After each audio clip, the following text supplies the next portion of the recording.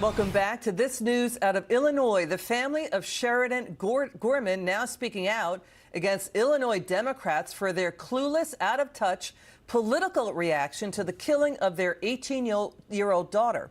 A Venezuelan illegal alien now charged with first-degree murder. Lawmakers increasingly say this was caused by Democrats' own policies. Fox News' Garrett Tenney joins us from Chicago with more. Garrett. Liz, Sheridan Gorman was killed a week ago today, and still neither Mayor Brandon Johnson nor Governor J.B. Pritzker have reached out to her family. It took them days to even acknowledge her death, allegedly at the hands of an illegal immigrant. And when they finally did, both men tried to shift the blame from their own sanctuary policies to President Trump. Now the Gorman family is responding, saying this about Governor Pritzker.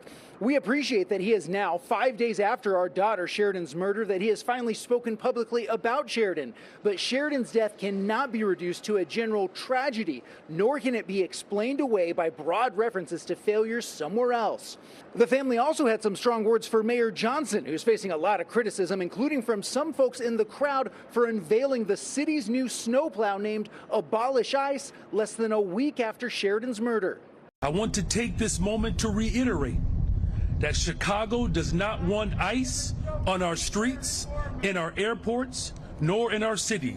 Chicago believes in abolishing ICE. We continue to respond to threats from the federal government and bring our city together to safeguard the rights and dignity of all of our residents. The Loyola student newspaper is also facing a lot of blowback for apologizing after initially referring to the Venezuelan national who allegedly killed their classmate as an illegal immigrant, which he is according to DHS. But the updated headline now describes Jose Medina as simply a Rogers Park resident. Medina is currently hospitalized with tuberculosis, and he is expected to appear virtually for his first court hearing tomorrow. Liz? Thank you so much, Garrett Tenney. Now to this. Watch this. The mayor of Chicago and the governor of Illinois would say, please come in and stop the crime. A beautiful young lady was killed the other day. The young lady whose life would be saved if we did what we did. This young lady would be around today if we were around. This man came in, Dan, right? And he came in through the ridiculous open border of Biden. I'm not a rabid Trump supporter or hater.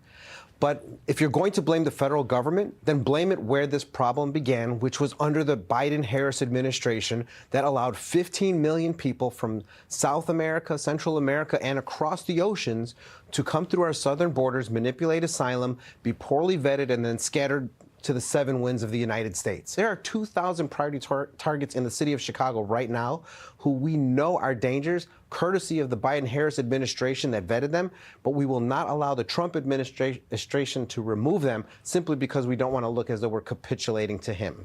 And that alderman said there was 2,000 targets for ICE of potential criminals that they need to catch in Chicago and Illinois. First, you heard President Trump on this murder of Sheridan Gorman, and then a Chicago alderman telling Fox News' Sandra Smith he's yet to hear a single Democrat hold Biden and Kamala Harris accountable for legal alien crime crossing the border.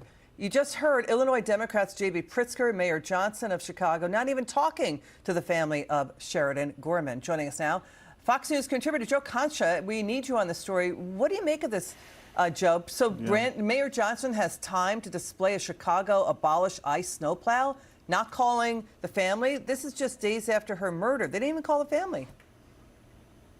It's a whole bowl of wrong, Elizabeth. And this mayor, Brandon Johnson, and thanks for having me, is at under 10% approval in a blue city.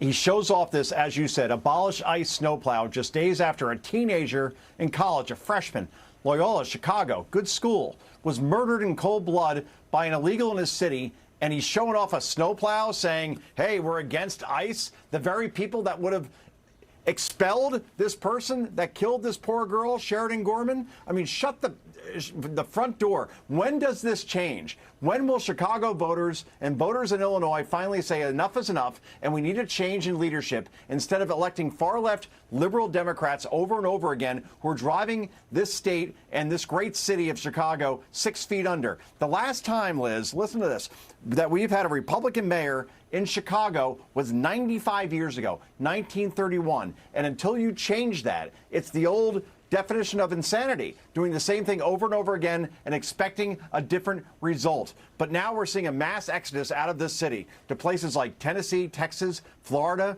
Why stay there with high taxes and leaders who value in this country people that are in this country illegally over the citizens they're sworn to protect? So it will hurt Chicago in terms of tax revenue overall, but at the same time, enough is enough, Liz. Yeah, and Joe, you make important points, because why isn't the Democrats in Chicago or Illinois, why isn't their hair on fire? Because there are tens of thousands of gang members, DHS says, all throughout Illinois and in Chicago, tens of thousands of lethal gang members, MS-13, Trent Aragua, and more.